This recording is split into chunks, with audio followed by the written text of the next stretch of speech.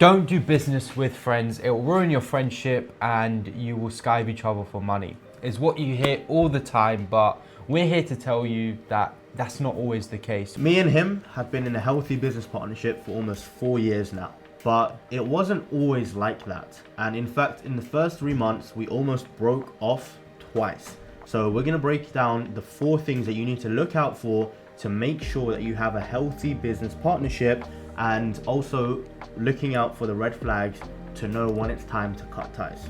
And the biggest green flag and the biggest thing to test if your relationship is good is nookies.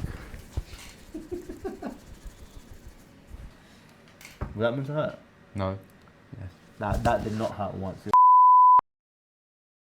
Now the last point is the most crucial, and funnily enough, it's the most overlooked point. And yes, we put it at the end to make sure you watch longer so that we get more views. Or you can skip to the end. No, don't tell them to skip. Why? Then we're not going to get the retention. Still get the views. Yeah, it still counts as a view. Don't skip. Ling, man, you're being a bit extra. For some context, me and him started our marketing business in 2020, and we've been doing FAM Realty for, I'd say, 6 months plus now. We want to document our journey and sort of show our ups and our downs, and essentially just show people what it's like to get into property, especially with your friends. So we do have quite a bit of experience with this, and the first point that you need to look out for and make sure you resolve if this does come up is unequal commitment.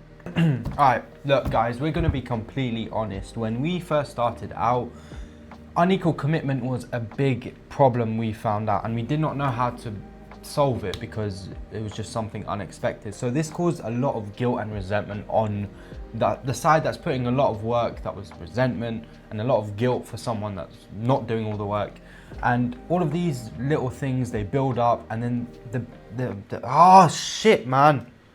It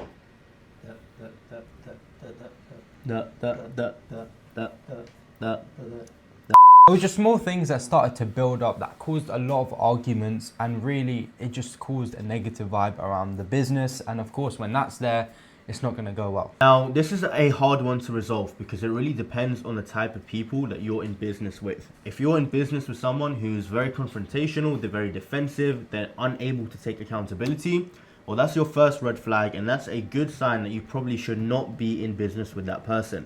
Now, luckily, both of these people, and I'd like to think myself, we're very good at, when we're called out, we're very good at actually looking at it objectively and seeing if that person has a point, and making changes and making fixes. And the best way to sort of solve this unequal commitment issue is to just have an honest conversation and say, look, I've been doing X, Y, Z, X, Y, Z, X, Y, Z. Can you list what you've been doing? And almost help them realize, like, hey, look, you haven't been putting in enough work. How can we resolve this? Having open communication and dialogue, asking powerful questions. Don't go in and attack them like, why didn't you do this and you didn't do this and you did. I'm not gonna lie, that is something that we have been guilty of in the past, and it didn't work out well. Yeah. It just made things worse. Yeah, I've literally beat him up so many times because of different things. Yeah, definitely. But definitely wasn't the other way around. You couldn't lay your finger on me. Anyway, yeah, have open and clear discourse, open and clear communication, and come together and see how you can maybe define certain roles and responsibilities for each other, define certain tasks for each other to do, and then keep each other accountable, so that way nobody's feeling resentful, nobody's feeling guilty, and you're working as a team towards a common goal. A happy couple business relationship. Yeah. Okay. Hasn't said anything. Now it's his turn. Number 2, different business goals. Okay, let's just start with this, yeah? Just these 2. It's not one. I didn't give you consent to touch me. I'll pull out your nose hairs. You got one sticking out your nose right now. You know I'm self-conscious. You actually? No. Can I keep that in the video? That's literally why I said, you know I'm self-conscious. Oh. So you're a faker. You're not a real person. You change for the camera. Okay, number 2 is having different visions for your business. if you're both heading in different directions and you don't know where you want to go, things are just going to get messy. It's like your back wheel's turning right and your left wheel's no, and your front wheel's turning left. Yeah, you get the picture. So yeah, if you want to have a successful business, you both need to be aiming for the same target, and you both need to be taking the right actions in order to hit that target. If one person, for example, with our business, when we start doing flips, etc., if one of us is trying to do BRRs and the other is trying to do flips, the other wants to do, essays, and we've all got a different strategy, different target in mind, we're just going to be going one here, one here, one here, and we're going to end up going nowhere. Yeah, so literally. agree on your North Star and make sure that the sole focus is achieving that North Star together. Exactly. So we would suggest sitting down between yourselves and asking the following questions. Number one, where do you want to be in the next year, 5 years, and 10 years? Number two, once you've hit your 5-year goal, how much time do you want to be spending on your business? Number three, are you planning on starting any new ventures in the future? And if so, how will you balance that with the current business? And number four, how will the money be divided? This is staying in the video. What? No. That's staying in. Yeah, alhamdulillah. Why are you laughing at my Arabic? Alhamdulillah. Alhamdulillah.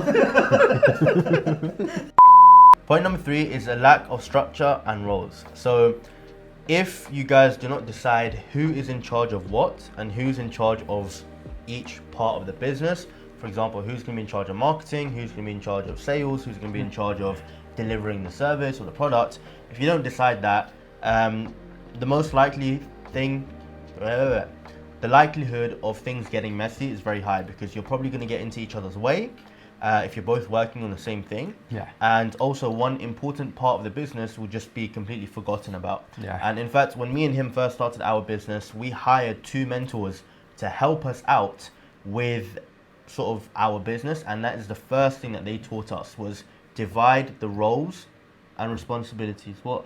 I was gonna say that. Too bad.